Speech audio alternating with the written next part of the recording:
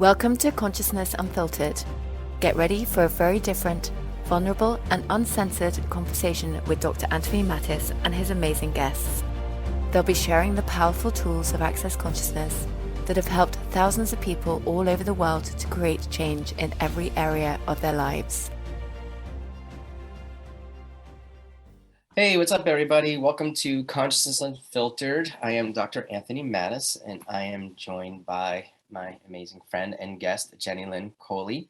And the topic of today is being a single mom, raising your kids in consciousness. So, hey, Jennilynne, thanks for joining me. How you doing? Thank you so much for having me. I'm good, thanks. How are you? Awesome. Could you give us like a little bit of a background, just I know a lot of what we do on this podcast is we talk about the tools of access consciousness and where people were before they started and sort of like what's shown up as a result of it and where they are now, blah, blah, blah. But like, yeah, tell us a little bit about your background and let's go from there. Yeah, absolutely. So I've always been a very curious person and a personal growth junkie. Like I was reading books, going to seminars, listening to audios in my car, like ever since I was a little kid. My mom got me started on that really early. So I'm always curious about everything, how everything works and how I can improve myself and grow. And I became a mom actually really young. I was 15 when I had my daughter. And I didn't really know or have words to put to what I was doing at the time. But that whole ask and receive thing that we talk about a lot in Access, like that was something that was innate. And I just didn't have the words to put to it yet. I'm clearer on it now as I've been on this Access journey. So I was always in gifted and talented classes, growing up. And when I got pregnant with my daughter at 15, my mom wanted to send me to an alternative school where I would have been very bored and very unstimulated intellectually. And like, what's an alternative school? What do you mean by that? Like not a regular traditional high school. It's like a school where like kids who are pregnant or kids who are having trouble in school where they would go. So they get very minimal educational stimulation, don't have the same sort of electives and things like that available. Interesting. That's interesting, especially for someone who's in the gifted and talented program. So it wasn't a school for the gifted and talented. It was a school for someone. You're a pregnant teen. We're going to punish you and send you here. You can't go to school with the rest of the kids. Gotcha. All right. I'm just trying to be clear about that. Okay, cool. That's an interesting choice. So did that happen? Like what happened? It didn't happen. And I think that was partly too, because I grew up really religious. I grew up Seventh-day Adventist. And if you sneeze wrong, you're going to hell, for those of you that don't know anything about that particular religion. Like literally, I remember having to like beg to be a cheerleader in high school because the games were on Friday nights and we like had Sabbath from sunset Friday to sunset Saturday. It was like a big thing. Everything was very controlled. Right. And so we did the whole church thing a lot. I was like a junior deaconess and very involved in the choir, all of those things. And then when I got pregnant, it was like I shamed the family. Oh, okay. Even with my grandpa, like he would do this thing where like he was competing with another family member for whose granddaughter was like the best one and the smartest one and the most accomplished one. So I think part of that whole thing with her wanting to send me to an alternative school was her just figuring out the best thing she could do to minimize the shaming and like still make sure I was okay. Wow. Sort of a thing. All about protecting the image. Yeah, there was a lot of that, and I don't fault her for that. There's just like she was doing the best she could with what she knew at the time and the tools she had. But me being the curious person I am, I just started asking questions and I don't remember what adult it was or how the conversation even came to be, but I remember that I was asking, right? And I ended up finding out that the high school I went to, it was halfway across town, downtown. We didn't have city buses by my house. So there was really no way for me to get there, but that high school had an infant lab on campus. And they actually had it like structured to where any students there could take the infant lab as like an elective. So they could go and spend time with the babies for one class period a day. They had all these child development classes, but it was in a regular high school setting. So I got to cheer and play basketball and student government and student TV broadcast and the whole nine. And I just took my daughter to school with me every day. And purely Oh, because I was in the computer math science magnet program at my middle school, I was able to take the school bus, which was like, not even a quarter of a right. mile up the way to school every day. Wow, wonderful. So were you a junior in high school at this point or a sophomore?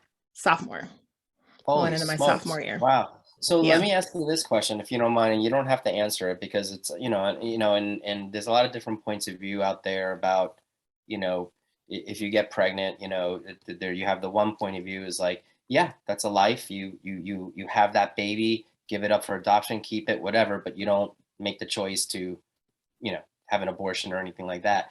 Was that your choice to keep the baby, your family's choice, your religion's choice? Like, that's a big deal so like, could you share that? Would you mind sharing like what was going through your head as a 15-year-old, besides like not looking good in the family's eyes? Like, yeah, I mean, the hormones are going, they're raging, we're curious about our bodies. Can you share a little bit about that? Absolutely. It was a combination of things. So my parents got divorced when I was about 11 and I'm the oldest, right? So I kind of became like a mini mom really young anyway. My Okay. mom was working, she became a single mom, so she was working, she was busy a lot, so I was taking care of my siblings. So there's Yeah. some piece of it that, oddly as weird as it sounds, was a little bit like innate to be like mothering and Yeah. be a nurturer. And Sure. then there's the religion piece, right? Because it was like, you do not have an abortion. That's murder. That's like a cardinal Right. sin. You don't do that. So there's that piece. Ironically, though, my mom wanted me to have an abortion at that No time. kidding. And Wow. it was Was me that to that said, protect the image? Was that like to like do it in secret so you didn't shame the family? I think that that was a piece of it. And I get that there also was a piece of it is she was concerned about like how that was going to affect my life, becoming a Gotcha. mom at such a young age. So I think it was Gotcha. both Okay. for sure. Okay. But ultimately I was the one that was like, no. And I've always been like pro-choice when it comes to everyone else's bodies. But like for me, I just like couldn't do it. And it was definitely tied to the religious guilt for sure. Yeah. Yeah. Wow. So fast forward, like you're a senior now, and the baby's 3 years old at this point, right? Mhm. And so what were your possibilities at that time? You go to university, or if you did go to a university, you would go locally. Like what was going on at that point in that stage of the game? If I had done what I really wanted to do, I would have gone to the Fashion Institute of Design and Merchandising. And I got in, but my mom was also really worried about, me being a young mom and how am I going to provide for her. So I went more of the traditional route with college. I applied to, I want to say like 6 universities, got into 5 out of 6 of them, and ended up going the private school route. And my first year was completely paid Locally? for with How it was, far were yeah, you I from? went locally. Yeah, I applied Okay. all to schools in California because I lived in California at the time. Hmm. I was looking at one in New York, so I almost went to Syracuse University and ended up Yeah. not going that route. So I ended up at University of San Diego, which is a private Catholic school Oh, in San Diego. I didn't know that. University of San Diego is a private Catholic school? Hmm. No kidding. Wow. Yeah. All right. Did not know that. All right. So then you drove back and forth to home, I guess? Yeah, I Or stayed at home at first before I moved out and just commuted back and forth. And they had like a daycare there on campus. So I took my daughter there and went to class. wow, you made it Pledged a work. sorority, Kappa Kappa Gamma, whole nine. Hooray. Well, the one thing I know about you, because you are basically the lead person on our gaggle or our team, and is that you can multitask. You are a multitasker. I've never seen anybody multitask at such a high capacity as you. And so it doesn't surprise me that you were able to, have a baby, go to university, and then you're telling me you joined a sorority. I mean, like that's like unheard of. So that's some like mega superpowers there. So nice. So so that was life at that particular time. Your mom Mhm. exposed you to sort of like self-help stuff and all that different type of stuff. Like how did life go on for you, and like what sort of made you have an attraction, so to speak, to like access consciousness and stuff? Like what were you looking for at that particular time in your life? Mm. Well, the first time I had my bars run, I was actually in the middle of a really nasty divorce. Okay. And I was part of a women's group, and there was a woman in there that was offering to run everyone's bars. Oh, And so I went to her office and I had a session, and I just remember like crying. Not that this has to be everyone's experience when you have your bars run for the first time. That's not the case. But for me, like I was releasing a lot at that yeah, time. And yeah, so I just remember like kind of going in and out of sleep and crying. And I was just like, whoa, like what was that? What is that? And this was after I had started having some conversations with a friend of mine that ran the group, and we would sit and we would have these lunches and one-on-ones, and like I would just notice like little tingly sensations in my body, and I'm like, what is this? mm, Because I never really learned to really be in touch with my body.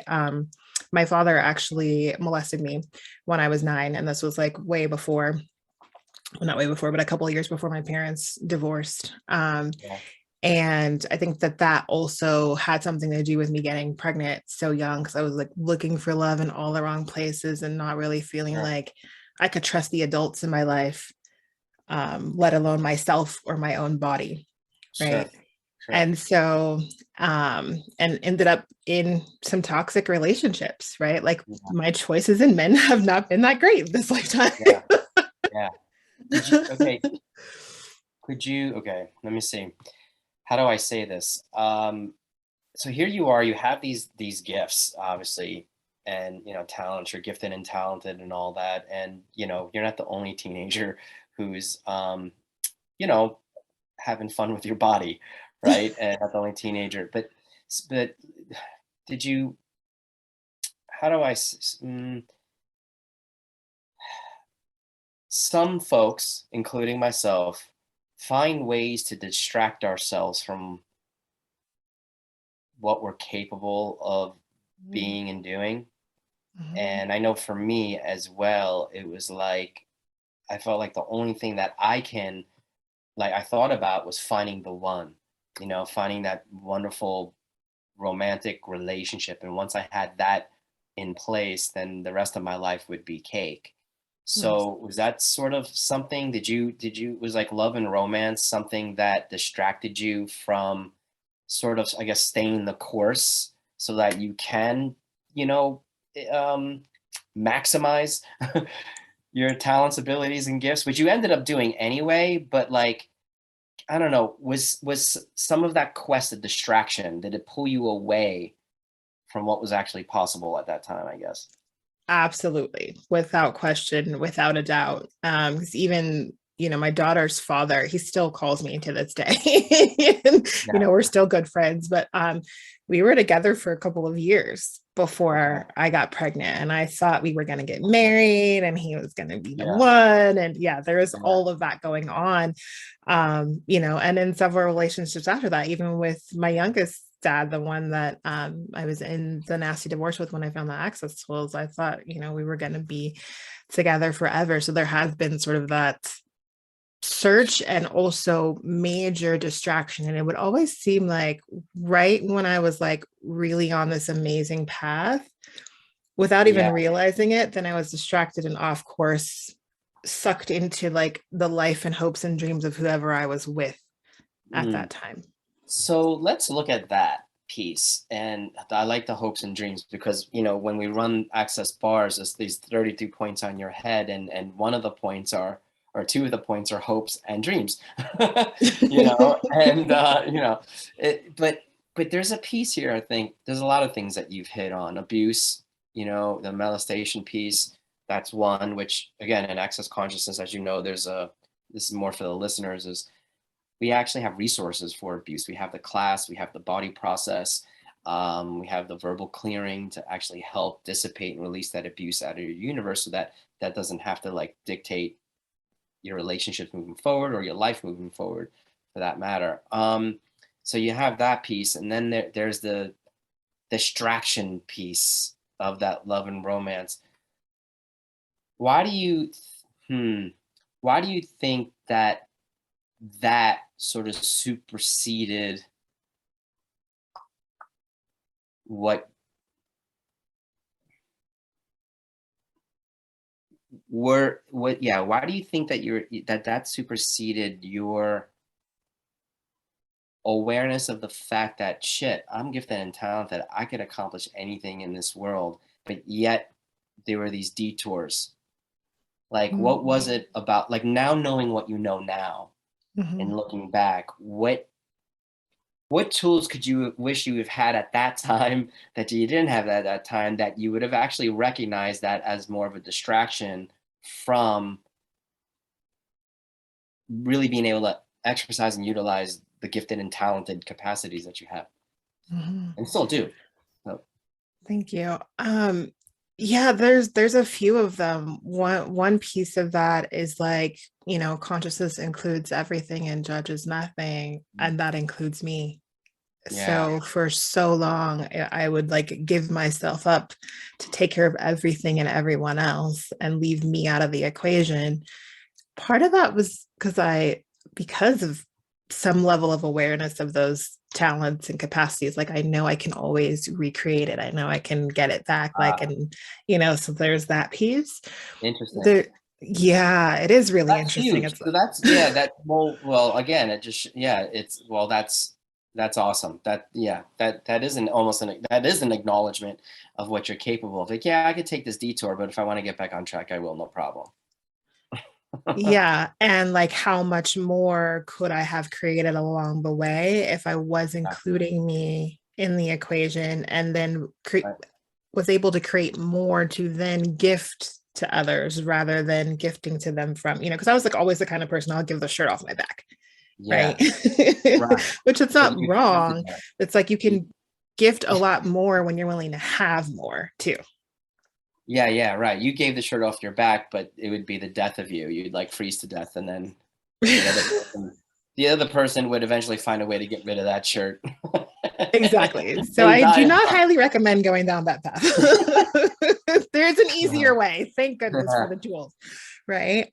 So there's that piece. And then there's also, which a lot of this really started really unwinding and undoing itself when I went back home to San Diego this past holidays in Mm, December and had like the most amazing conversation with my mom.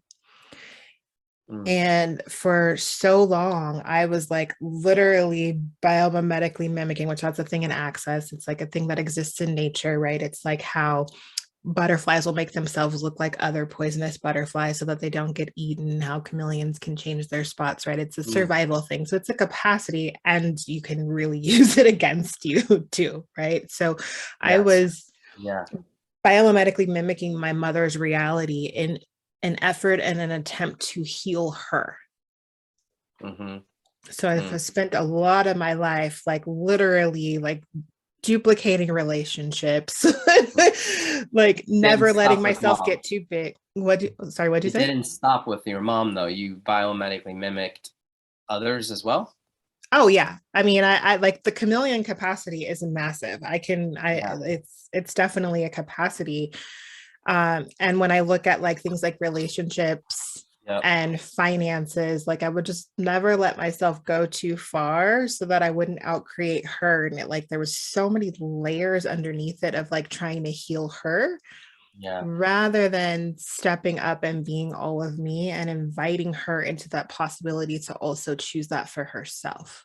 Right. Whoa. So that was part of the gift of that really healing conversation because like she shared so many things with me that she hadn't before Mm, around the nature of her relationships, how she grew up, like how she saw things, and things that she would actually like to choose to change too. mm, mhm. And part of that has also Wow. been because of where I have been choosing, she's been watching me and seeing that it's also possible.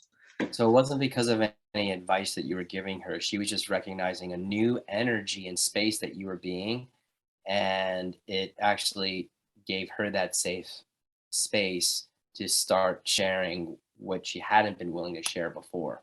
Is that sort of kind of what happened? Yes. And a lot of it too is like, you know, our relationship's been rocky for a number of years, and like a lot of it started when that molest incident happened, because Mm. she didn't find out right away, but when I finally told her, she actually sat me down in front of my dad and he admitted it.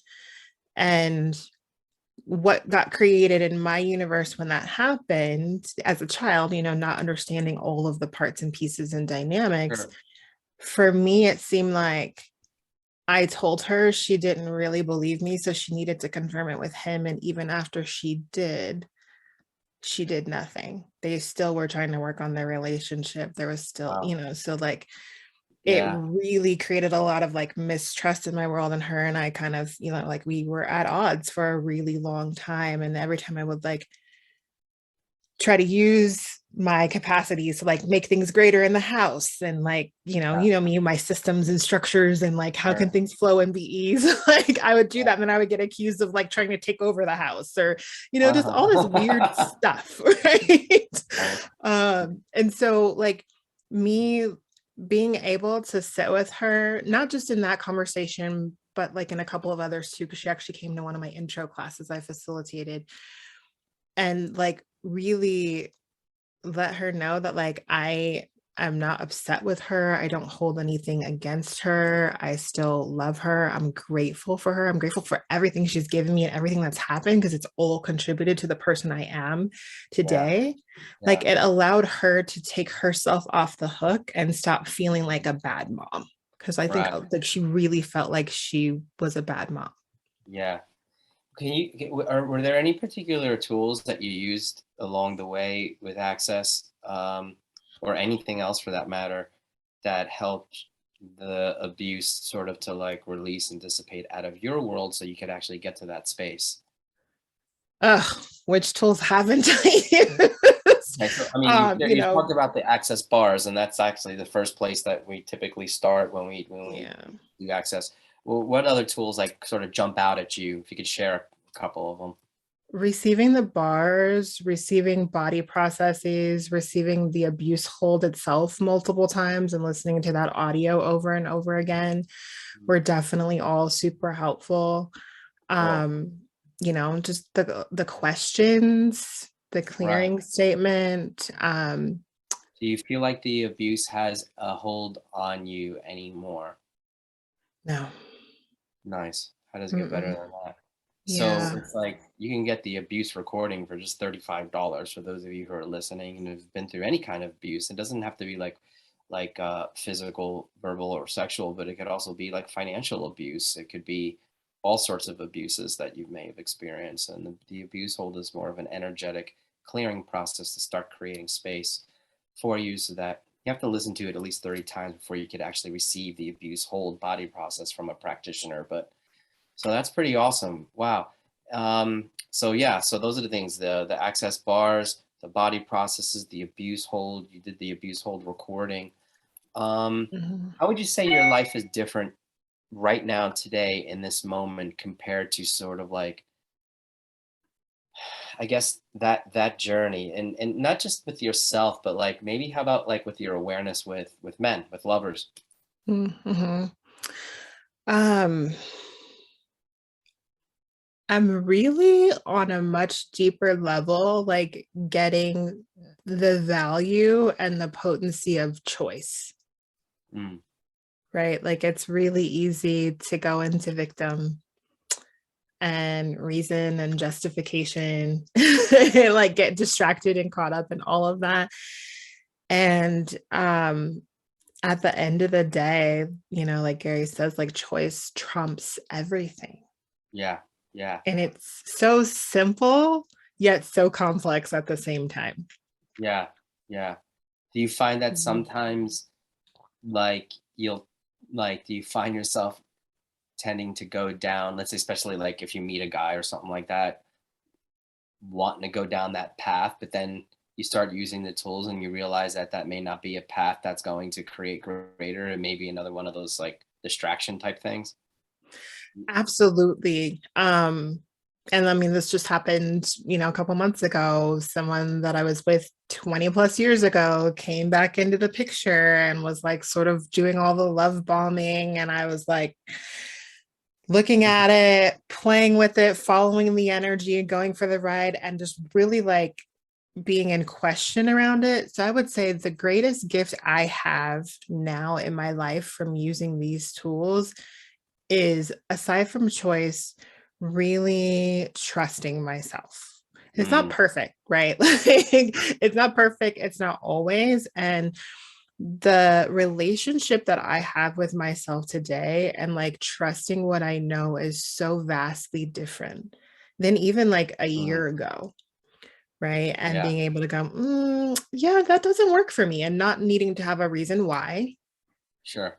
Right. Right. And like not dismissing or ignoring the signals, the pink flags or the red flags, right? Yeah. As I call them, because I have done that in the past. That's how I ended up with my youngest son's father. Like there were lots of red flags that I Yeah. could be like, oh, well, I was only 21. I was young. I didn't, like I could come up with all the reasons and the justifications, but at the end of the day, I didn't trust myself, and I ignored what I knew and chose against myself in that way. And so I am much less, my tendency to do that is far less now because of these tools, and really learning to trust myself and follow my awareness and ask a question and like perceive the energy of, if I choose this, what will my life be like in 5 years? And if I don't choose it, what will my life be like? And really not need the answers, not need all the details, like really just trusting the energy. Cool. That's awesome. Just kind of like what we did for this call. It's like, we're like, what are we going to talk about? And I had no idea that I was going to be asking you about abuse stuff. So, and I'm wondering how many other teenagers are going through what you went through way back when, and just people in general who've gone through what you've gone through, getting pregnant young, having abuse. And, a lot of us have been on detours, especially in the pursuit of love. Of love and romance, and good Lord, The biggest distractor implant of them all.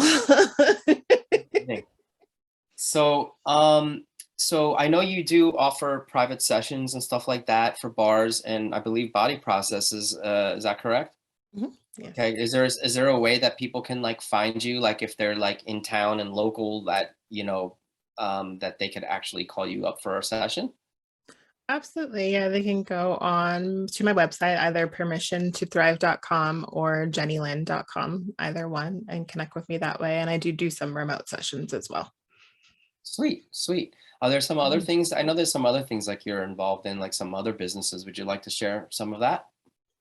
Sure. I am an avid lover of the industrial hemp plant and all the many things that it can do for our planet and our bodies. And to me, that's just like also an extension of like the healing that's available too with access. So I do education around that stuff as well. Awesome. Cool. All right. Well, there you have it, folks. And if you want more information about Access Consciousness in general, you could go to accessconsciousness.com. If you'd like any more information about me and the classes that I have going on around the world, you can go to dranthonymattis.com. So thanks for joining me and being part of this. And thank you for being such a huge instrumental part of my business, the business. You're an amazing gift to me. So I just wanted to say thank you, and to the world as well. Thank you. Thank you so much for having me. You're welcome. All right. I'll see you soon. Bye-bye. Bye.